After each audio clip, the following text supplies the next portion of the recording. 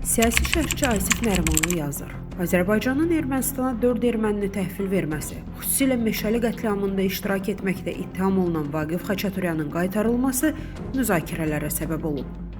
1-ci Qarabağ müharibəsində yaşananlar fonunda cəmiyyətin narazılığı anlaşılandır. Lakin bu addımın məntiqi səbəbi olmalıdır. Xaçaturyanın qaytarılmasında bir məntiq ola bilər: xəstəliyinin ağır olması və ölüm riski.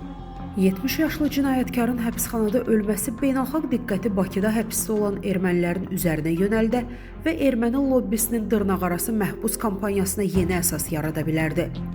Xaçaturyanın xəstəliyi ölümlə nəticələnəcəyi təqdirdə Vaşinqtonun nəzərləri xunta rejiminin rəhbərlərinə Arayik Arutunyan, Ruben Vardanyan və digərlərinə yönələ bilərdi.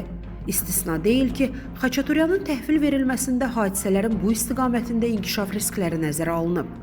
4 erməninin indi təhvil verilməsi isə iki kontekstdə dəyərləndirilə bilər. Birincisi, Ermənistan daxilində Paşinyanın mövqelərini gücləndirməkdir.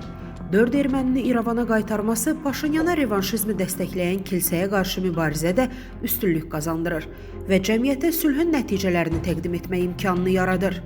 İkincisi, Bakı-İrəvan xəttində sülh prosesinin praktiki müstəvidə icrasını davam etdirməkdir.